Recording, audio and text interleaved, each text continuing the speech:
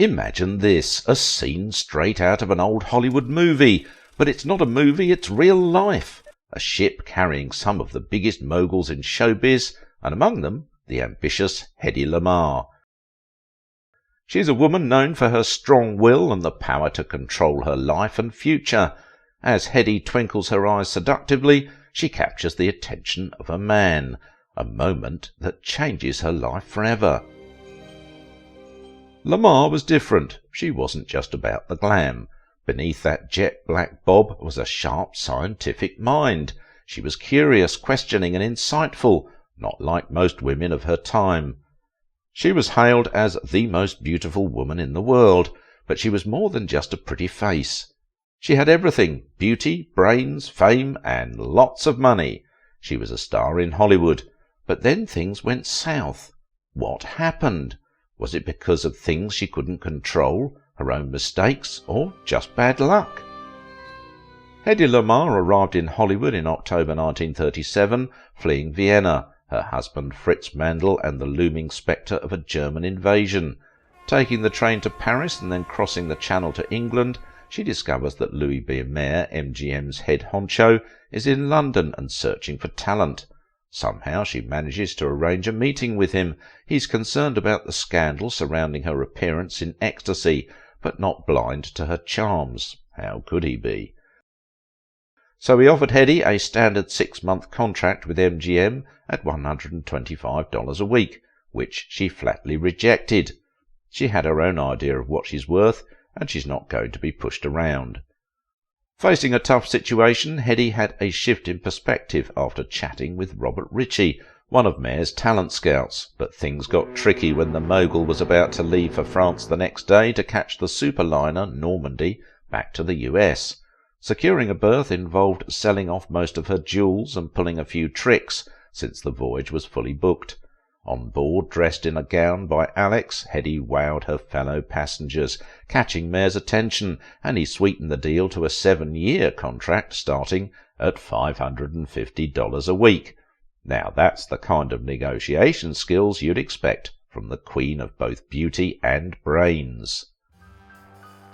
When Hedy Lamarr hit Hollywood, thanks to MGM changing her name from Hedwig Keisler, she had already proven she was gutsy, ambitious, determined and resourceful, qualities she would need plenty of. Since she was a kid, she dreamt of being an actress, despite being a private person. Is acting her escape, and what personal battles is she fighting? Maybe it goes back to thinking her mum preferred a boy. Married at 19 to Fritz Mandl, she's likely trying to take control of her life. Put yourself in her shoes for a sec. She's 23 in a new city with a different culture, barely speaks English and knows no one. Columnist Sheila Graham spotted Hedy, all by herself at the Beverly Hills Brown Derby one Saturday night. F. Scott Fitzgerald, her partner, dryly remarked, "How Hollywood is that? The most beautiful girl in the world alone on a Saturday night." Hedy Lamarr's story is all about her beauty, with those jet-black locks, cherry-red lips, and that porcelain complexion. She's the epitome of classic allure, with a touch of exotic. She perfectly fits the roles of two iconic characters, Disney's Snow White and the original Catwoman from Batman comics. When you watch Hedy in movies or photos, one thing's clear: she's incredibly beautiful, like seriously stunning. And it's a unique beauty, not the typical blonde trend of the 30s. People noticed, and so did other Hollywood actresses.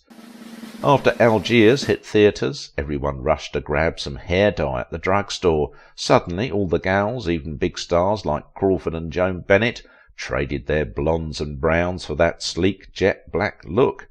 Lamarr's signature style with the middle part and that tall Lamarr charm became the new face of glamour. It wasn't just a beauty trend, it also shook up the fashion world, especially in the hat department. Trying to sum up what Lamarr wore in those early films as mere hats doesn't quite do it justice. Lamarr veils, snoods, turbans, the whole shebang, swept through fashion, and hat makers couldn't keep up with the demand for this fresh cinematic image. Not everyone nailed the Lamarr look, but pretty much everyone gave it a shot. Out of nowhere, Hedy's face was everywhere, like she was the town's new sensation overnight. By December 1938, the press hailed her as the glamour girl of the year. Even Hollywood's gossip guru Hedy Lamarr couldn't resist describing Hedy as orchidaceous.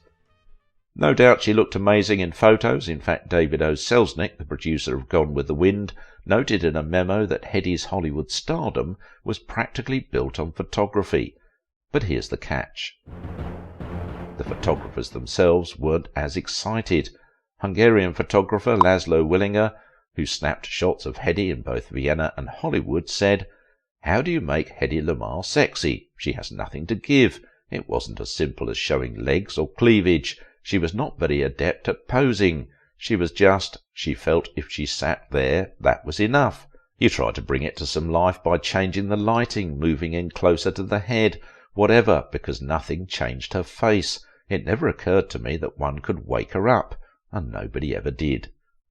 And then there's Virgil Abloh, another MGM photographer, who recalled, "She thought she knew it all and was forever telling you what to do. She was beautiful, she had great skin texture, but I don't recall anybody saying they enjoyed shooting her. She never came alive except to keep making damned uncouth remarks to the people I had around me."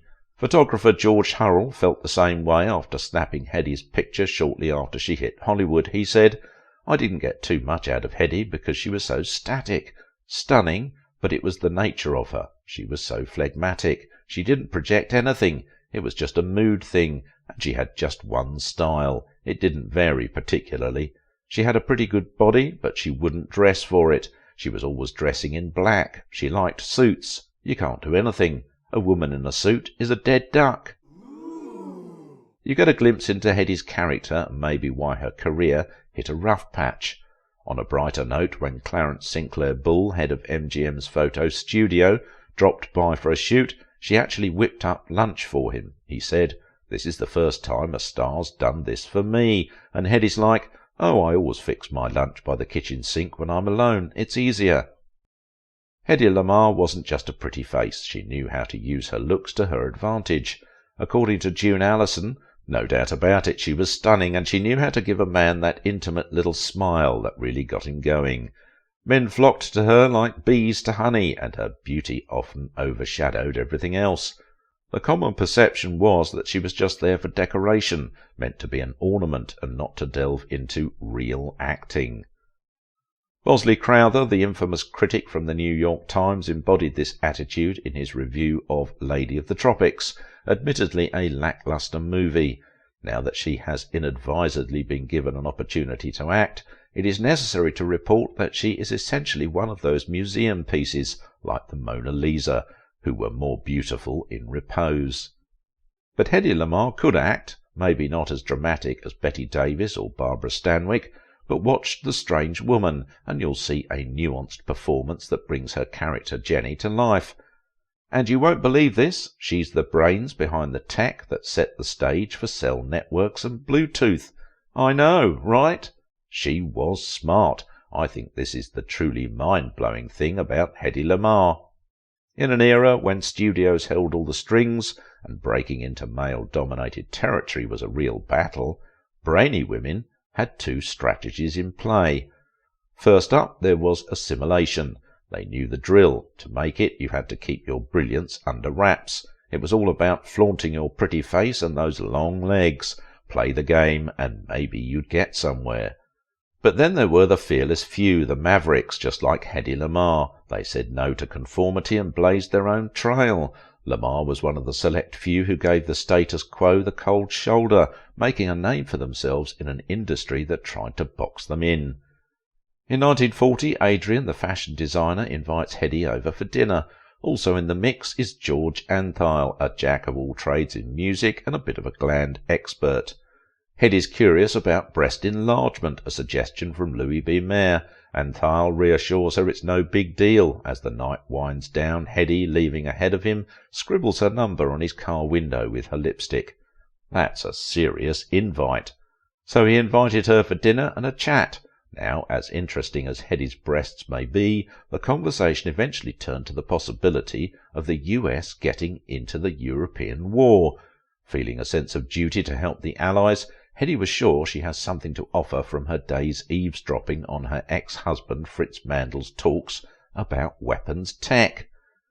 She was confident about her knowledge of new weapons, some of which she'd even invented herself. Believe it or not, she was seriously thinking of leaving MGM to head to Washington, D.C. and lend her skills to the Inventors' Council. The mission? Halt the Germans by disrupting torpedoes aimed at British ships. And the genius solution? A radio-guided torpedo with a shifting program of 88 frequencies, controlled by a transmitter and receiver. They use a paper tape inspired by Anthel's player piano rolls for programming. They pitched this invention to the government, filing for a US patent under the title Secret Communications System. As reported in the New York Times on October 1st, 1941, Hedy Lamarr, actress, devises red-hot apparatus for use in defence. Hedy Lamarr's defence discovery is so classified the government didn't reveal the details. Colonel L.B. Lent, the chief engineer at the National Inventors' Council, rated Lamarr's invention as red-hot. Why? It's linked to remote controlling wartime gear. When their patent got the green light in August 1942, Hedy and Anthal pitched it to the US government, but bureaucracy deemed the device too clunky. Instead, they preferred Hedy to go on Bond tours, and she embraced the idea wholeheartedly. During the Cuban Missile Crisis, they rigged up all the US defense ships with this fancy frequency-hopping tech to keep their chats super secure. The whole thing stayed hush-hush until 81. By the time people realized it could make serious money, the patent had already clocked out. Fast forward to 97, and Hedy and Anthal, even though they'd passed on, finally got props with their Electronic Frontier Foundation's Pioneer Award. Then in 2014, Hedy posthumously got her spot in the National Inventors Hall of Fame. So was this whole spread spectrum thing just a one-off for Hedy? It's kind of hard to pin down. Rumour has it, at the ripe age of 5, she was already tinkering with and rebuilding music boxes. Anthal himself was pretty blown away by her curiosity and smarts. In later interviews, she talked about her Howard Hughes days, claiming she designed a slick new wing shape to up the ante on his plane's aerodynamics. Yeah, that's the gist of it. When she bid adieu to MGM in 45, she teamed up with Jack Chertok, the brains behind The Conspirators, to kick off Mars Productions, her own production gig. She dived into producing, bringing us gems like The Strange Woman and Dishonoured Lady. She even took a stab at making more movies in Italy. She amasses a killer art collection, boasting big names like Modigliani, Chagall, Rodin, Dufy, Vlaminck, Raoult, Utrillo and Renoir. In her later years, she flexed her investment skills, leaving behind a cool $3.3 million estate. Being smart doesn't always mean making wise choices, and Hedy was no exception. Whether in her career or personal life, she often found herself on the wrong path. Looking back, she'd agreed she had a knack for bad scripts, an even worse choice in husbands. Hard to argue with that. In Hollywood, the movies you choose can either make or break you. Hedy quickly figured out that it's a town filled with aspiring actors, all competing for roles. With no guarantees in her contract, she realized that if she wants success, she has to create her own opportunities. Luck was on her side when she crossed paths with Charles Boyer at a party, landing the lead in Algiers, her first significant break in Hollywood. Yet despite making headlines, her employers, Louis B. Mayer and MGM, appeared oblivious to how to make the most of her talent. They excelled at crafting her image through glamorous photos, but the movies they placed her in were a mix of mediocre to downright terrible. In 1942, Mayer really goofed by saying no to Warner Brothers, who wanted Hedy to shine alongside Humphrey Bogart in Casablanca. Instead, she winds up in the cringe-worthy White Cargo. Jump ahead 2 years and Hedy lets Laura and Gaslight slip through her fingers, roles that Gene Tierney and Ingrid Bergman happily grab. If she had picked just one from this trio, how might her career have unfolded, and how would we remember her? As it is, can you think of any Hedy Lamarr movies off the top of your head? None, right? In the early stages of her career, Hedy got legal, suing Lowe's and MGM in 1943 for not paying the $2,000 per week from her contract. They blamed a wartime order capping salaries at $25,000 a year, and they settled out of court. But over time it became clear that Hedy liked lawsuits, and this habit stuck with her, often with courts ruling against her. Hedy's legal battles frequently revolved around money, showcasing her ambiguous attitude towards it. On one hand, she was concerned about not having enough, while on the other, she indulged in lavish spending, living in luxurious homes, collecting exquisite art, and enjoying unrestricted travel. For a while, she could afford this lifestyle. After leaving MGM in the late summer of '45, she kicked off her own production gig, Mars Productions, partnering up with Jack Chertok, the brain behind her 1944 flick, The Conspirators. They snagged financial backing from producer Howard Stromberg, and their first film, The Strange Woman, scored big, even though Hedy and director Edgar Ulmer didn't exactly see eye to eye. But their follow-up, Dishonoured Lady, tanked big time. Hedy staged a comeback in Cecil B. DeMille's epic, Samson and Delilah, the highest-grossing movie of the decade, but she fell out with Paramount when she demanded top dollar for promotional work.